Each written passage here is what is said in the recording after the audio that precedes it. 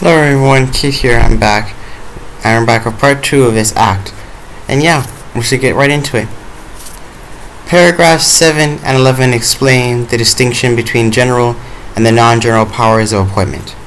A general power of appointment enables the power holder to exercise the power in favor of the power holder to the power holder's estate, or creditors of either, regardless of whether the power is exercisable in favor of others.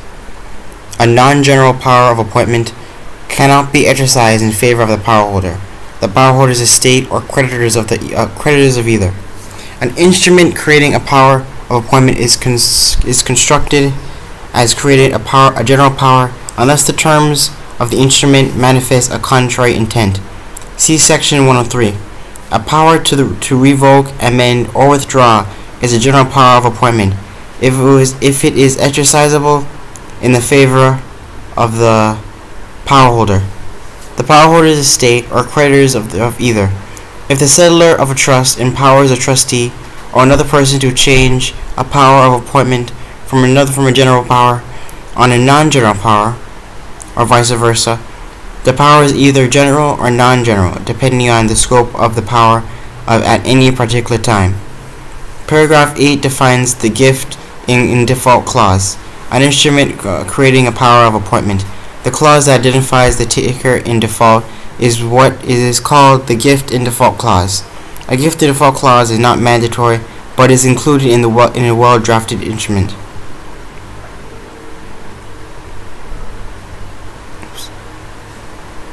Paragraphs 9 and 12 explain the distinction between impermissible and permissible appointees.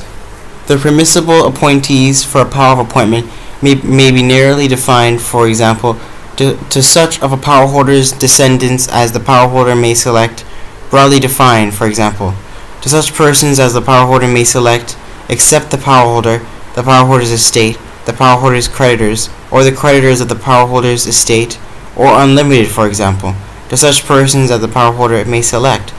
A permissible appointee of a power appointment does not have the property interests that he or she can transfer to another in order to make the transferee a permissible appointee of the power.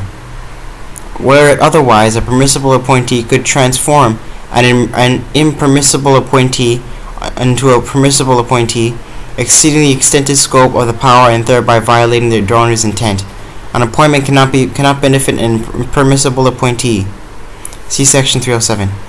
Paragraphs 13 and 18 contain definitions of person and record. These are standard definitions approved by the Uniform Law Commission.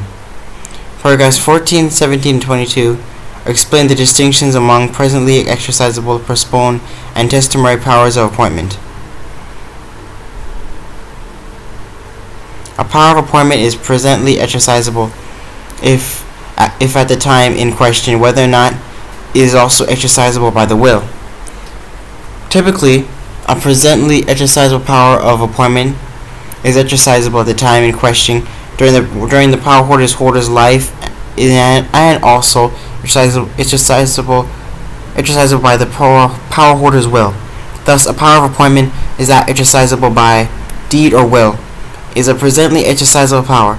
To take another example, a power of appointment exercisable by the power holder's last unrevoked instrument in writing is a presently exercisable power, because the power holder can make a present exercise irrevocable by explicitly so providing in the instrument exercising the power. See reinstatement of third of property, wills and other derivative transfers. A power of appointment is presently exercisable even though at the time in question the power holder can only appoint an interest that is revocable or subject to a condition.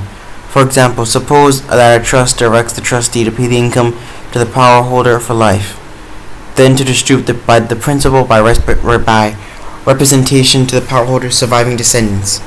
The trust further provides that if the power holder leaves no surviving descendants, the principal is to be distributed to such individuals as the power holder shall appoint. The power holder has a presently exercisable power of appointment, but the appointed property is a remainder interest that is conditioned on the power holder leaving no surviving descendants. A power is a postponed power, sometimes known as deferred power. deferred power, if it is not yet exercisable until the occurrence of the specified event, the satisfaction of an ascertainable standard, or the passage of a specified time, a postponed power becomes presently exercisable upon the occurrence of the specified event, the satisfaction of the ascertainable standard, or the passage of the specified time. A power is testamentary if it is exercisable only in the power holder's will, or in a non-testamentary instrument that is functionally the same as the power holder's will, meaning an instrument that is revocable until, and effective only at, the power holder's death. The language in brackets was suggested by the Joint Editorial Board of Uniform Trust and Estate Acts at its December 2nd, 3rd, 2011 meeting in New Orleans. Paragraph 15 defines a power of appointment. A power of appointment is a power enabling the power holder to designate recipients of ownership in interests or in powers of appointment over appointed property.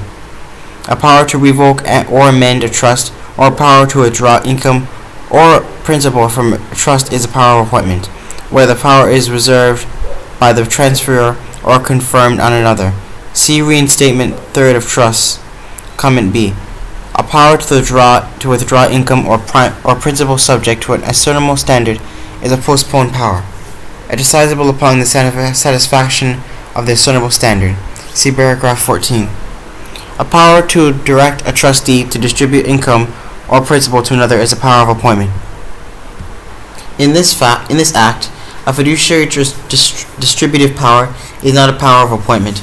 Fiduciary distributive powers include a trustee's power to distribute principal to or for the benefit of an income beneficiary over some individual, or to pay income or principal to a designated beneficiary, or to distribute income or principal or among a defined group of beneficiaries. Unlike the exercise of a power of appointment, the exercise of fiduciary distributive power is subject to fiduciary standards. Unlike a power of appointment, a fiduciary distributive power does not lapse upon the death of the fiduciary, but survives a successor fiduciary. Nevertheless, a fiduciary distributive power, like power of appointment, cannot be validly exercised in favor of or the benefit of someone who is not permissible appointee.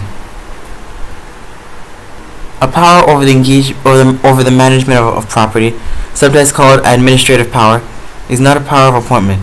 For example, a power of sale coupled with the power to invest the proceeds of a sale, as commonly held by the trustee of a trust, is not a power of appointment, but is an administrative power.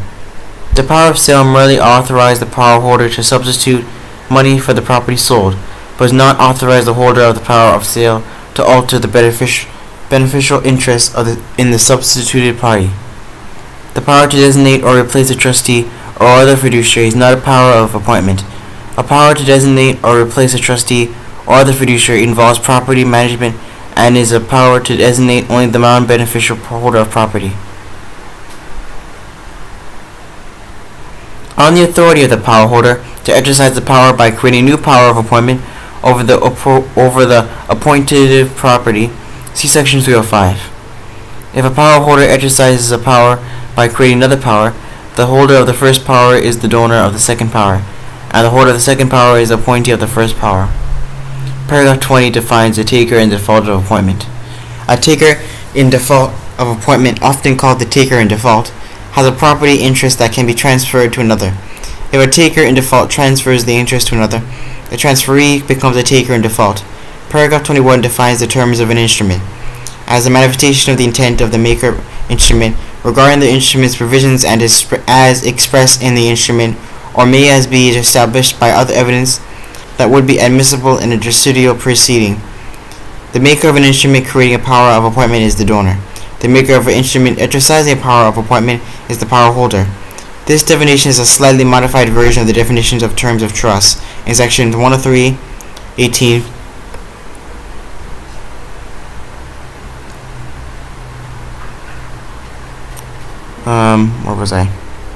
Of the Uniform Trust Code. Paragraph 23 defines a will.